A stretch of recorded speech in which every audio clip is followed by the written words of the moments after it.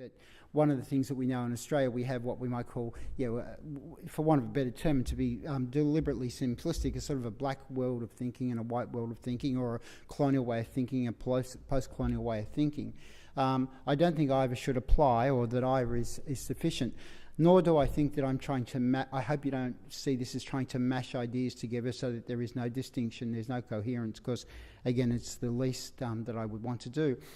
And one of the other things I suppose it's really important to me is that I first taught at Melbourne University, or tutored in an Aboriginal writing subject, I think way back in 1994, so about 20 years ago. I was an old man then.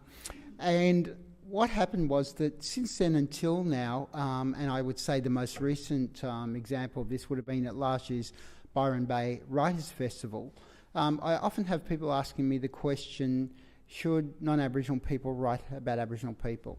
And it's a question that's asked repeatedly.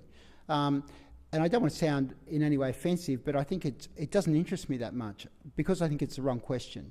The reply I gave in 1994 is the same reply I gave last year at Byron, was that, well, the fact is that non-Aboriginal people have always written about Aboriginal people, and whether I say they should or not, they're not going to stop doing it. So I don't have a role here as a censor, nor do I want to invest energy in taking up that struggle. What I did say and what I do say is that two things that are really important. I think the people who are interested in what we might call the discussions of colonial, post-colonial ideas in Australia, or relations between Aboriginal and non-Aboriginal people, well, what is so central to that, of course, is to get access to as many Aboriginal voices as you possibly can. Literally, when I was tutoring 20 years ago, the number of Aboriginal sort of public intellectuals was, you could count on one hand. Getting access to Aboriginal writers, even people like me really digging around for stuff, was difficult to find.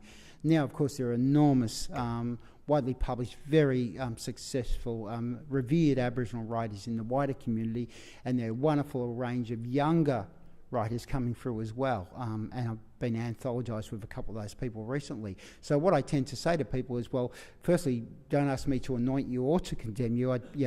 You've got to be your own moral compass.